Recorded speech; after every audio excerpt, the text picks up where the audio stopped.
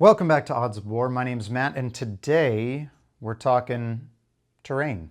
I had this MDF set for a while, painted very basically, and I wanted to spruce it up for the channel here, and so I thought I'd film those steps going through and maybe give you guys some ideas on how to better your own MDF terrain sets. So I recorded some bits and bobs as I was going through the process, so let's take a look at those, and then we'll come back here and we'll talk about it. All right, guys, so here are the pieces of terrain that I've been working on. So I've actually featured these in a couple bat reps so far, but you'll see, so they're sort of painted, right? Some really rough gray and dry brushing and some wood color here. What I've done, though, to sort of like improve them a bit, done a couple different things here. I'm just showing you the pre-painted stages so you can get an idea. So first thing I did is I took these lights here, which came from the Imperial set here. It's basically the ruins. I think they're called like a basilica or something like that. I don't know. It's their new one. It came out with the last Kill Team starter set, and I've glued those on. You can see the different pieces here. There, we've got some there. So the next thing I did is you'll see on all of them here, I've got some different bits of like mulch here. This is from a hobby store right here. This is just orchid bark. I think we got this like either at Michael's or Hobby Lobby. And I just affixed that onto all of these here with either, with a little bit of hot glue and then some PVA glue watered down just on top to just kind of provide a bit better of a hold. Then here from the AdMech set of terrain here, Sector Mechanicus, we've got just some bits and bobs there that I've posted on as well. The last thing I did was, you'll notice each of them have this white cloth here, and I literally just took like an old shirt and ripped up pieces and put that on there. That's both to provide line of sight blocking, and once it's painted, these are going to be sort of like banners for the Genestealer Cult. You know, that's what is going to be happening here. Is like it's like these are the Genestealer Cult's ruins or headquarters or what have you.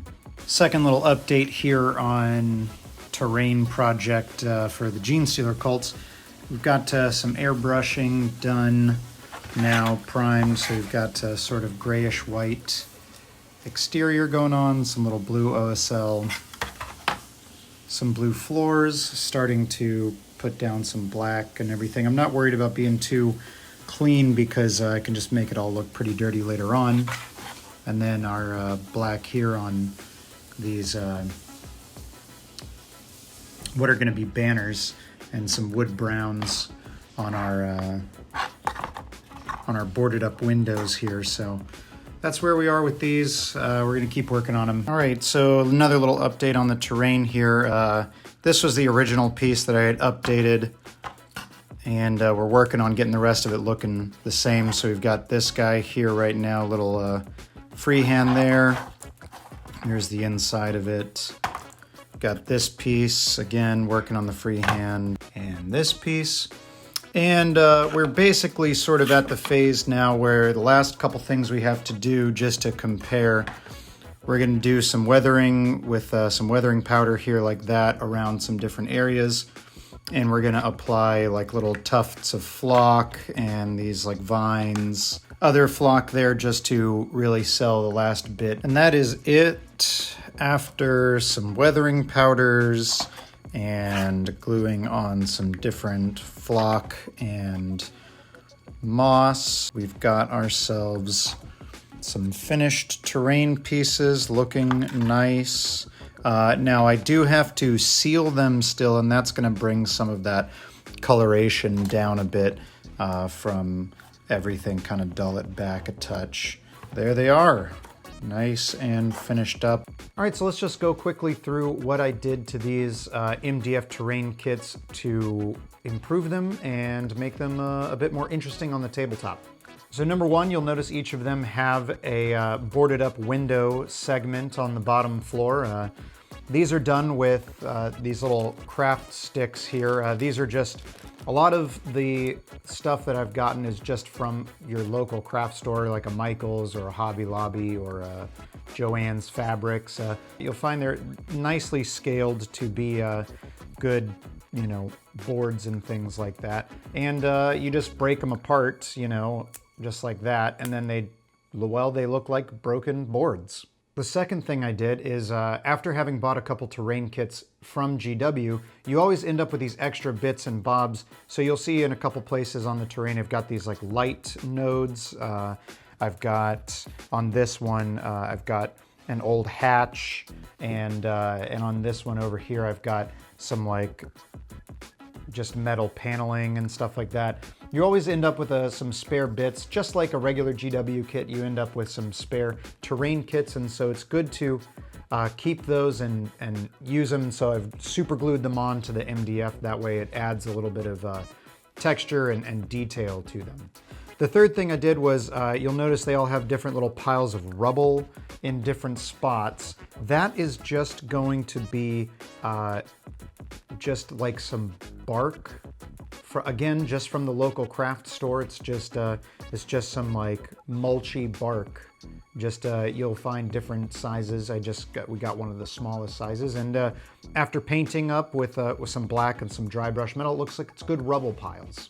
The fourth thing I did, you'll notice each one has a different like sort of cloth banner. These are all themed to the Genestealer Cult, so they all have like little GSC things painted on them, you know, from the GSC symbol to, you know, for the grandsire on this one, stuff like that.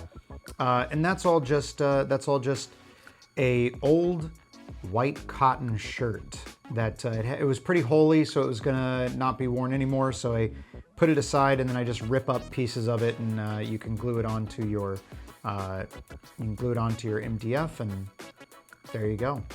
So the next step was, of course, painting everything. I just painted it with an airbrush, and then did some weathering techniques, hit it all with like a nice green wash, mixed green and brown into the wash to give it kind of an aged effect. Sponged on typhus corrosion to give it like some streaky grime, that sort of stuff. And I wasn't too careful with any of it because, you know, if it pooled up anywhere, or if it, you know, on one I have like almost a thumbprint, if it looks like worn away in certain other portions, it sells the weathered effect. Just using some normal Elmer's glue and super glue, you glue on some flock of, I've got some like mossy bits here, I've got this like green ground cover flock, that sort of stuff. Again, all just got from your local hobby store. There's always some sort of diorama building section. That's where all of this stuff comes from.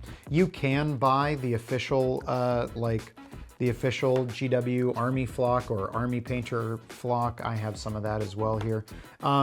It's more expensive though, and mostly unnecessarily, as the diorama building stuff at your local hobby store is just as good and works just fine. And so, you know, just made some random patterns, glued on some stuff onto some walls, put some on some platforms, that sort of thing, just to you know, just to add again some texture and some visual interest to it. So the last thing I did before sealing and varnishing the entire set was I used a weathering powder to add in some rust effects here around the corners and things like that. Really easy. You can buy weathering powder if you want, but if you just buy a box of earth-toned pastels and then just crush them up, it works as a beautiful weathering powder on its own. And that's pretty much it. That's all I did to make these terrain pieces pop a bit more. You know, it probably was about a 3-day process all told, between waiting for all the paints and glues to dry and doing the different steps like that. But it was you know, fairly painless, and I think comes out with a nice result. Big thing about terrain is that it's sort of the third army or third team on the table, right? You have one force, you have your opposing force, and then you have the terrain. And the terrain should both be functional and good to look at, should add character to the board. So like the the boarding up of the windows, that's both a functionality aspect of blocking line of sight and also a character aspect, because it helps to sell the idea that these have been, you know, not only abandoned and ruined, but then also maybe someone came through at one time trying to fortify them up a bit more. And then things like the banners here, again, helps block line of sight for a little bit, but also adds a character, sells the story of this Genestealer cult that's rising. And that's it. I hope you enjoyed this sort of video. If you did, let us know down in the comments. Hit that thumbs up button. And of course, if you want to see more videos like this every week in your feed, make sure to hit that subscribe button. And we'll see you on the next one. Bye.